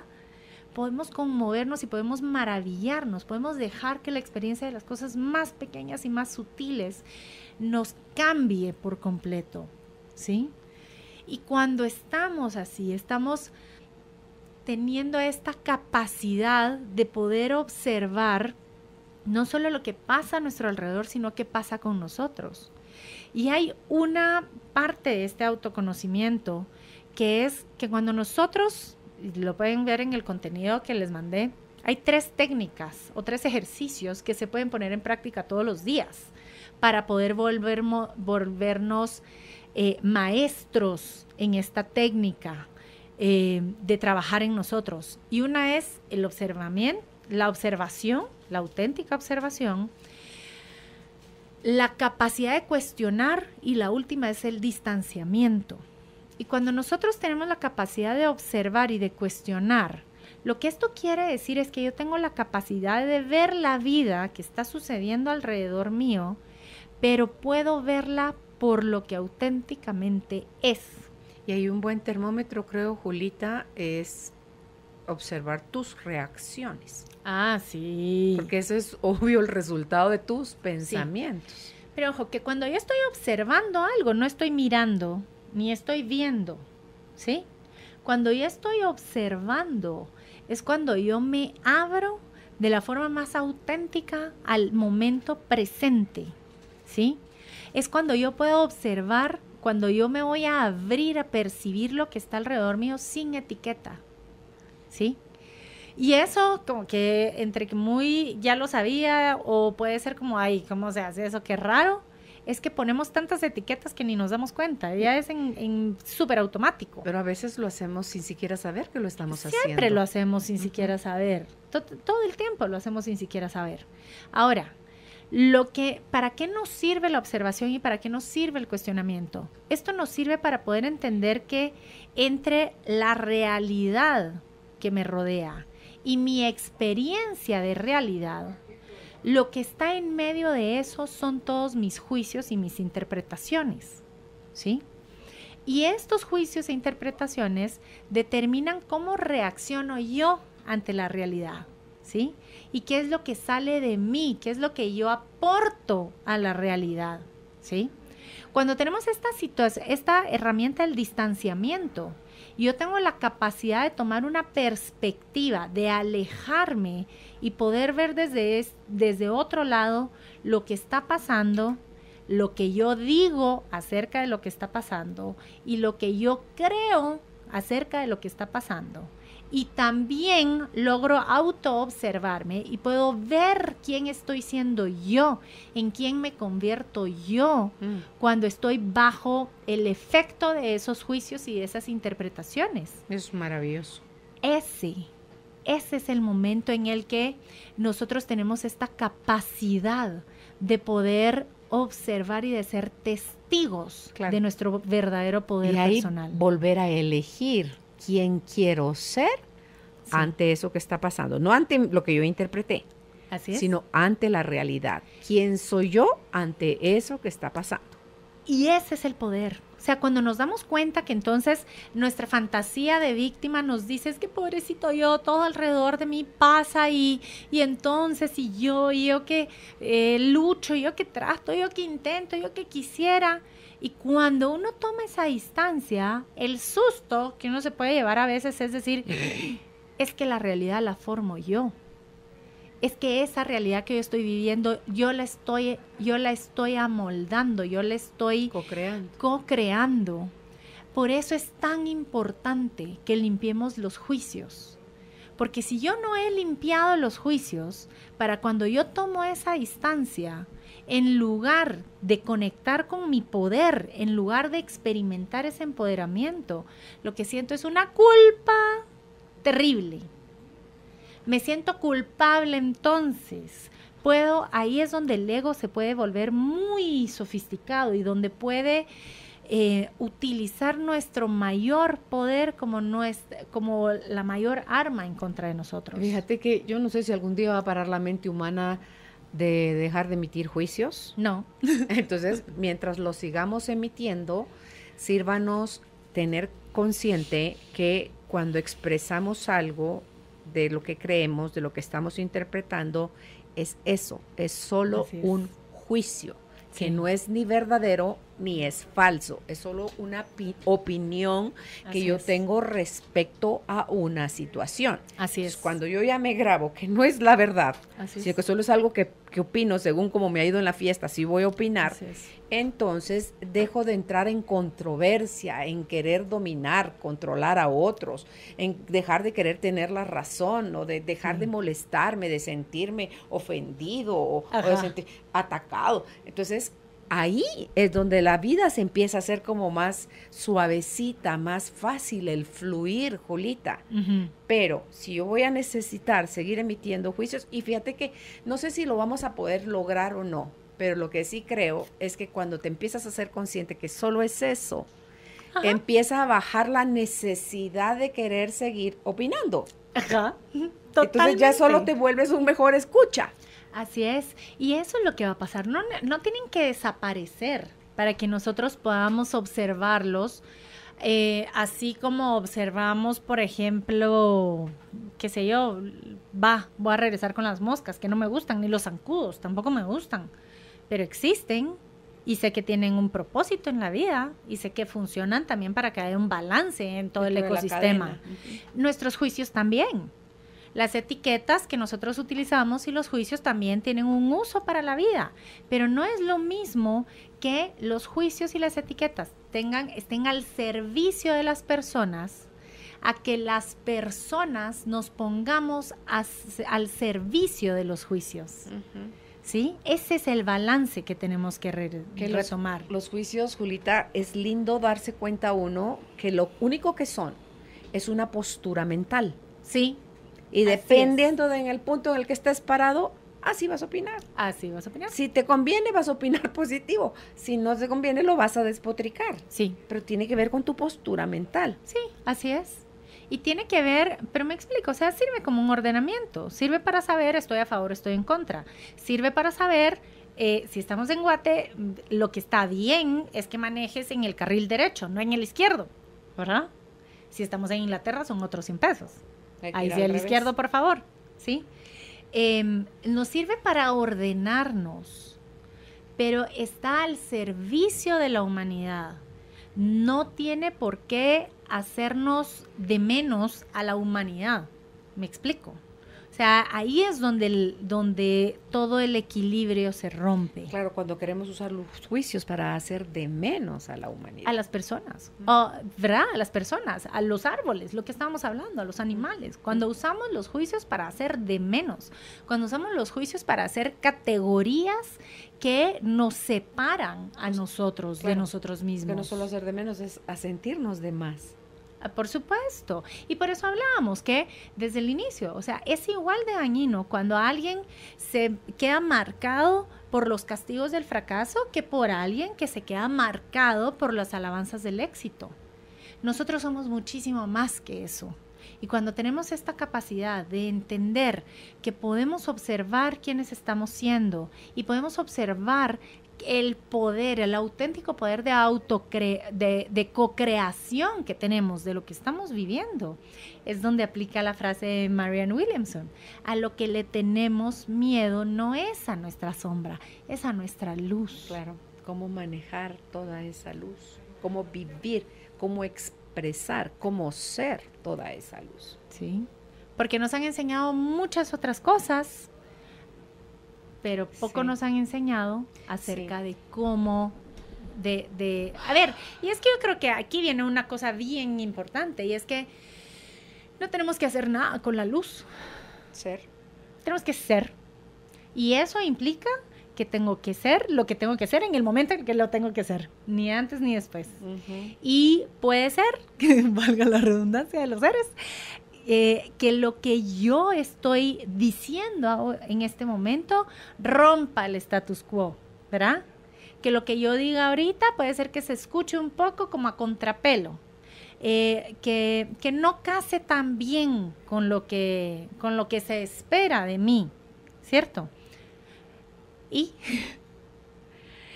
si yo me limito, si yo me callo, si yo vengo a repetir aquí lo que aprendí en los libros y lo que aprendí en las certificaciones, y yo parloteo como loro repitiendo las cosas, estoy eligiendo no disturb, no molestar, no afectar, no incomodar lo que me rodea, por encima de venir a dar lo que tengo que venir a dar, como el resultado de mi único propósito, que es ser materializador divino. Amor. Que se puede manifestar en muchísimas formas. En muchas formas. Vamos a hacer otra pausa. Estamos conversando con la licenciada Julita Alonso, los amigos del autoconocimiento. Al regresar de la pausa, vamos a entrar a la fase de preguntas y respuestas. Ya volvemos. Después de tomarte un respiro, viene la calma. Ya regresa Carolina, la mujer de hoy, por Globo 98.9. Si te gusta, te divierte o te encanta, compártelo en nuestro Facebook oficial. Encuéntranos como Carolina, la mujer de hoy. Ya estamos de vuelta con nuestra invitada, la licenciada Julita Alonso. Los amigos del autoconocimiento es el tema, a la fase de preguntas y respuestas. ¿Cómo aprender a escuchar? Mi pareja me dice que no lo escucho. Yo sentía que sí. ¿Cómo empiezo? Qué cosa divina. A ver, pues, miren. Hay una frase, este es un escrito que es de Echeverría. Él escribe acerca de la escucha y él dice que la auténtica escucha es una práctica de amor. ¿Por qué? Porque cuando nosotros estamos, vamos a aclarar que no es lo mismo escuchar que oír. Cuando yo estoy escuchando, lo más seguro es que yo estoy oyendo y además estoy escuchando mi interpretación. Entonces yo no oigo tanto qué es lo que está pasando fuera de mí, como oigo lo que yo me estoy diciendo acerca de lo que me están diciendo, ¿verdad? Entonces sí se dieron cuenta que cuando yo escucho o yo estoy callada, pareciera que no está pasando nada, pero dentro de mí hay demasiado ruido. Echeverría dice que cuando uno escucha es una práctica de amor, porque si yo me abro a la escucha, yo acepto lo que la persona me está diciendo como me lo está diciendo, ¿sí? Sin venir y juzgar lo que me está diciendo, sin venir y darle otra explicación, sin venir y contradecirlo. Hay una frase esencial que dice: si tú estás escuchando para ver qué vas a responder, ya no estás escuchando, ¿verdad? Cuando nosotros escuchemos desde la curiosidad. ¿Y cómo sabemos que estamos verdaderamente escuchando? Cuando sentimos la conexión. Cuando yo siento, esto no me lo tienen que decir, yo lo puedo sentir, que esta persona no me está juzgando, que está alojando mi verdad. Está haciéndole un lugar a mi verdad. ¿Qué nos evita escuchar? Cuando yo estoy sintiéndome atacada, cuando yo interpreto que de plano me está diciendo eso, pero lo que quiere decir es no sé qué cosas, o cuando simple y sencillamente es mi ego el que está escuchando. Y sí le va a encantar encontrar dónde le están, a qué le puede echar drama y sabor, ¿verdad? Para buscar una pelea y alimentar la separación. Ayer tuvimos una conversación con Álvaro en el de ponernos al día, cómo te fue en tu día, y ya le cuento, y ya me cuenta. Entonces estábamos sobre un tema y me dice en un momento: ay, ya me perdí. Y eso pasa, porque tú me interrumpís cuando yo estoy, porque tú me interrumpís cuando yo estoy hablando. Yo le digo: así, de veras, pues no me di cuenta, según yo no te había interrumpido. No, pues sí, me interrumpiste. Ah, bueno, pues lo siento, puedes continuar. Entonces me quedo callada. Bueno, y después me quedo callada, lo escucho y él termina su parte. Y entonces empiezo yo a hablar otras cosas, y entonces él empieza a interrumpirme. Y entonces le digo yo: ¿ves? Tú también me interrumpís cuando yo hablo. Y se tira se hace así para atrás en la cama. No. A darse puñaladas. Dice, le digo, es que eso es simple, pero le dije, a mí no me importa, porque yo no estoy en una conferencia, estoy en una conversación contigo. Y entonces para mí no es como que, tú que siempre no me dejas hablar y me interrumpís. Entonces yo no lo veía así, pero entonces él me lo hace ver. Ahorita estoy en un proceso donde, de un grupo de mujeres, donde cuando cada una de nosotras se está exponiendo, se usa la frase, estoy completa. Eso quiere decir, no tengo nada más que agregar.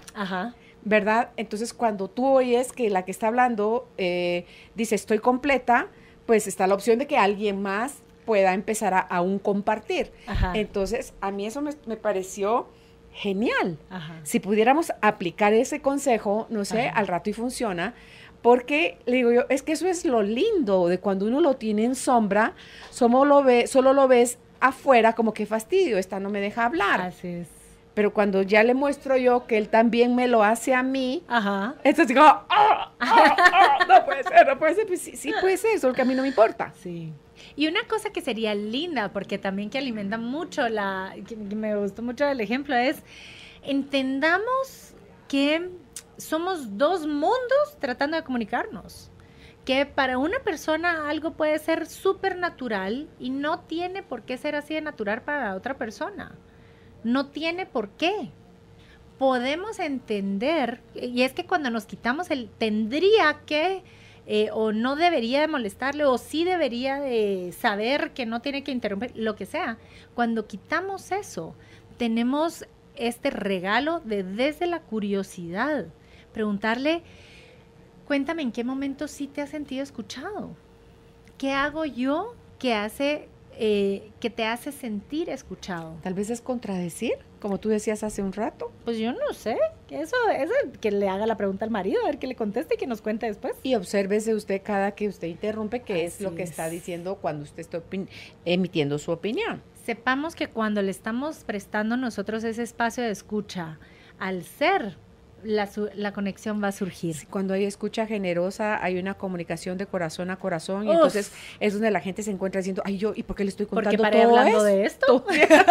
Si esto nunca yo se lo había dicho a nadie. Pero es porque está viendo intimidad. Porque está abierto el canal y yo estoy logrando alojar algo que la otra persona, lo más seguro es que tal vez nunca había podido decir. Ok, dice, wow, me pasa exactamente lo mismo con las fotos. Acabo de celebrar mi boda y lo único que pensé fue, ¿por qué no bajé de peso antes de la boda? Me veo gorda, se me ven las lonjas, se me ve la panza, etcétera. Y eso con las demás fotos. Siempre pongo a mis hijos delante de mí para evitar verme. Un consejo. Miren, la verdad es que para mí ha sido todo un proceso. ¿Llevo qué? ¿Cuántos dijimos? 36 años. En el proceso. De adaptación a la cámara. Y ahorita ya, por lo menos ya pasé la etapa en la que me lo estoy disfrutando. Y solo observemos este juicio que le hacemos al cuerpo. Nuevamente, no está ahí para decirnos estamos haciendo algo mal porque tú deberías ser agradecida por tu cuerpo y tú deberías aceptarte. No. Nos está mostrando cuál es el juicio que está dentro de mí, que se está expresando a través de esa incomodidad.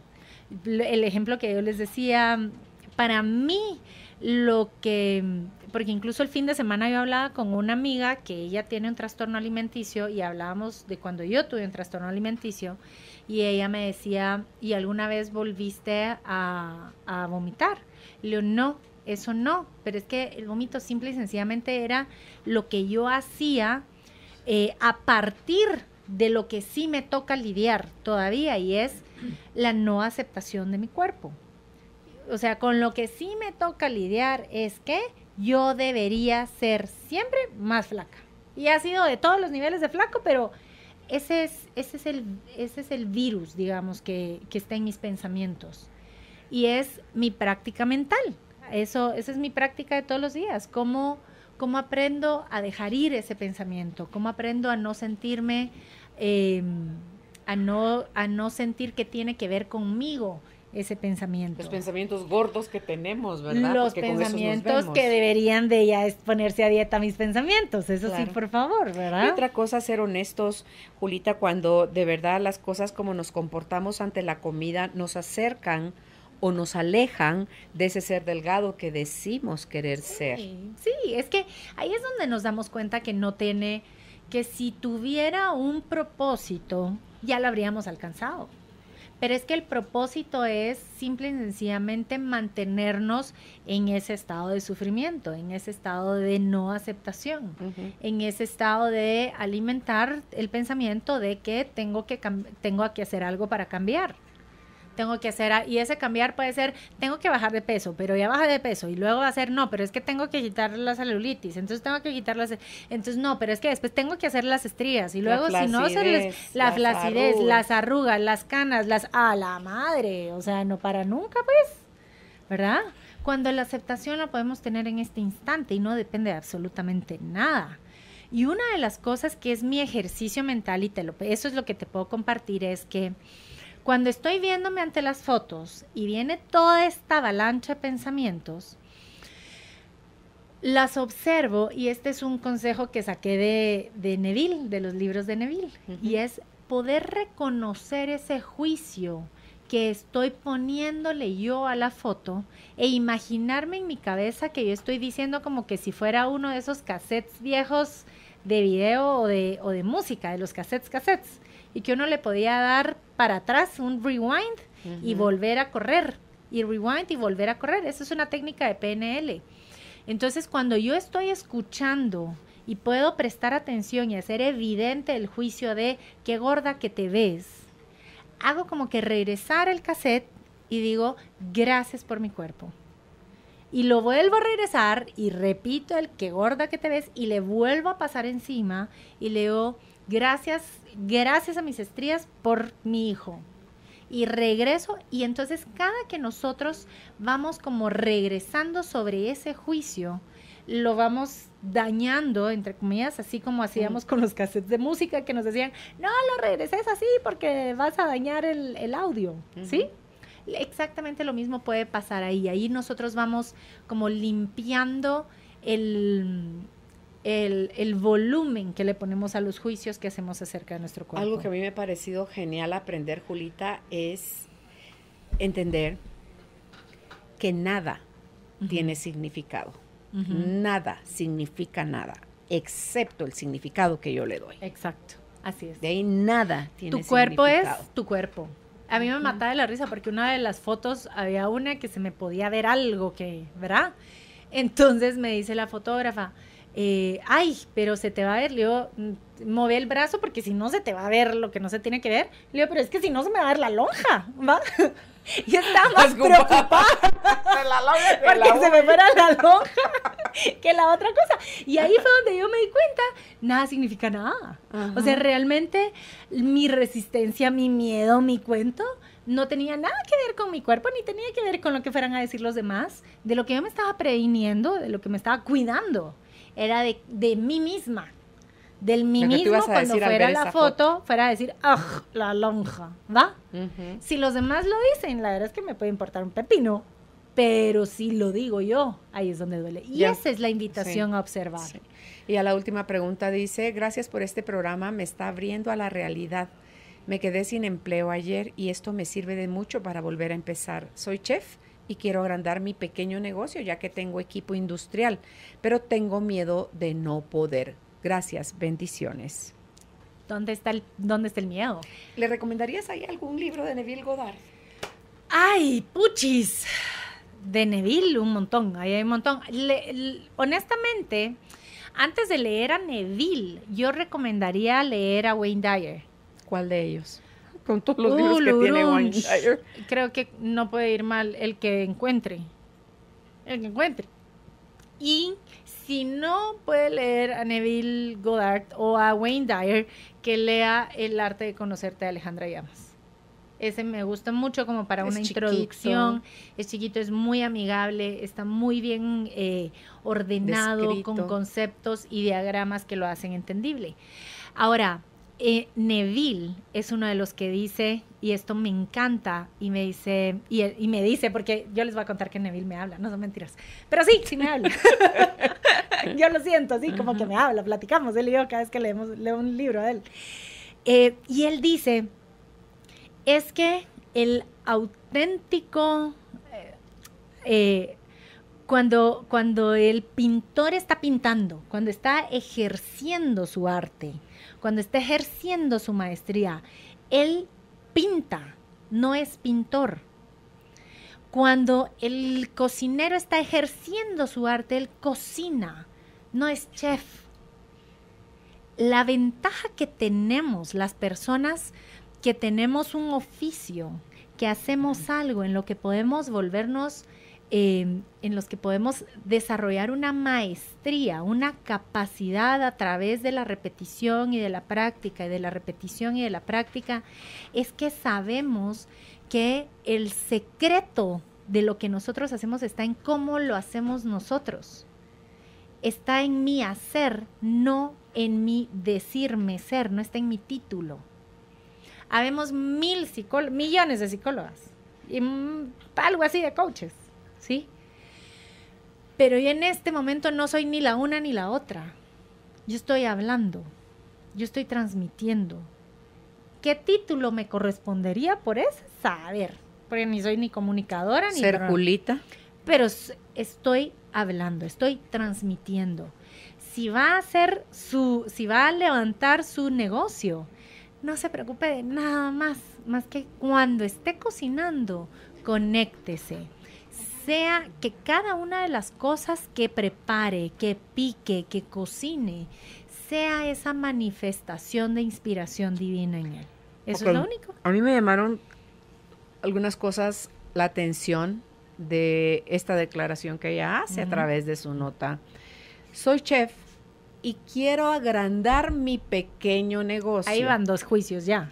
Bueno, Entonces, ya está minimizando eso que ya tiene.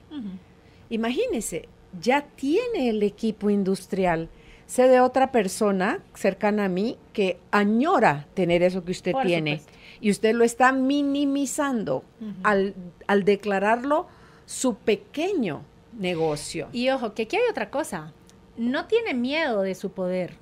Su cabeza le está diciendo de qué tamaño debería de ser su negocio, ¿cierto? El miedo le está diciendo. Sí, su cabeza le está diciendo de qué tamaño debería de ser su negocio y por eso está diciendo pequeño negocio Claro, tiene actual. miedo a que sea un gran negocio. Porque a comparación del que se está imaginando, este es muy chiquitito. ¿Qué es lo que pasa cuando mi cabeza me dice de qué tamaño debería de ser? Que me empiezo a preocuparme cómo voy a lograr hacer algo tan grande. ¿Merezco tener algo tan grande? Merezco tener algo, voy a ser capaz de manejar algo tan grande, voy a tener, y ahí es donde nos vamos dando cuenta cómo alimenta todos los miedos. Sí. Por eso lo más importante en esta y en cualquier otra etapa de su negocio es que si usted es la chef y siente en usted ese deseo de salir y es que le brota por los poros el cocinar, no se preocupe de absolutamente nada más. Que cocine.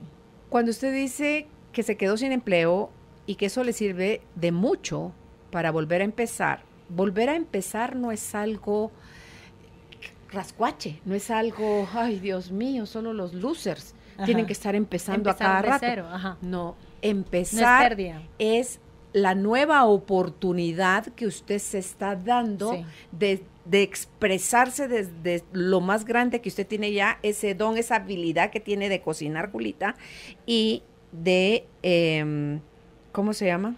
¿Dónde lo apunté? Aquí lo había apuntado. ¿Dónde lo había apuntado? Bueno, porque pienso yo, acá está. Si usted, sus miedos, no puedo, miedo por esto, miedo por lo otro, sabe que todo ese talento, aquí está lo que le quería decir, ese talento que usted tiene, lo contrarresta, pero lo puede hasta anular. Sí. Toda la habilidad que ya Sí. tiene, todo el conocimiento que ya tiene, en lugar de expandirse a través de su talento, la mete en una prisión de barrotes llamados miedos. Sí. Y entonces, le cuento, que fracase es súper posible, pero no porque el mundo no estaba listo para el talento suyo, porque usted lo veda, usted lo limita, usted lo destruye desde no hacerse consciente de sus miedos. Entonces, bendiga su talento, ponga al servicio su talento, porque eso es parte de los talentos, es el ponerlo al servicio de los demás, y eso trae beneficio para mí, beneficio para otras personas, porque en la medida que su negocio vaya creciendo, usted va a estar dando más empleo a otros. Usted va a ser su propio jefe. O sea, por donde lo quiera ver, yo le puedo ver a usted un montón de beneficios y la puedo ver en su grandeza desde aquí en donde estoy. Entonces, si yo creo que usted tiene todas esas posibilidades, bonito, suena bonito, pero la que se tiene que creer y darse permiso a vivir todo ese mundo de posibilidades es usted. Y esa es la elección de a qué lobo va a alimentar. ¿A quién va a alimentar? ¿Al talento o al miedo? Y hay una frase que a mí me encanta de esta cuestión de los inicios, y que yo me lo digo hace poco se lo decía a una patoja, es que si yo tuviera tu edad con lo que sé ahora, que alegre, ¿cierto? Pero a ver, eso es lo que nos dan los nuevos inicios. Nos da la capacidad y el regalo de empezar de nuevo, de empezar un nuevo capítulo desde otro nivel de conocimiento, desde otro nivel de conciencia, desde otro nivel de maestría personal. Qué chilero poder empezar entonces ahora, que ya tiene equipo, que ya tiene conocimiento, que ya tiene experiencia, ya está lista, y que ya escuchó el programa. Ya está lista. En todo. Ya está lista. Qué alegre. ¿Verdad? Así que, Julita, muchísimas gracias por haber estado con nosotros hoy compartiendo este espacio. ¿Dónde pueden ustedes contactar a Julita Alonso? Si es en Facebook y en Instagram, en el Centro Prosame y de Detox Mental, o al teléfono 5206-0234. Este es un teléfono de WhatsApp. Repito, 5206-0234 y el teléfono de Prosame 2332-3282. Hasta una próxima oportunidad, Julita. Cerramos este ciclo de aprendizaje. Aprovecha lo aprendido y ponlo en práctica en cada momento de tu vida. Vuélvelo a escuchar en nuestro canal de YouTube. Encuéntranos como Carolina, la mujer de hoy.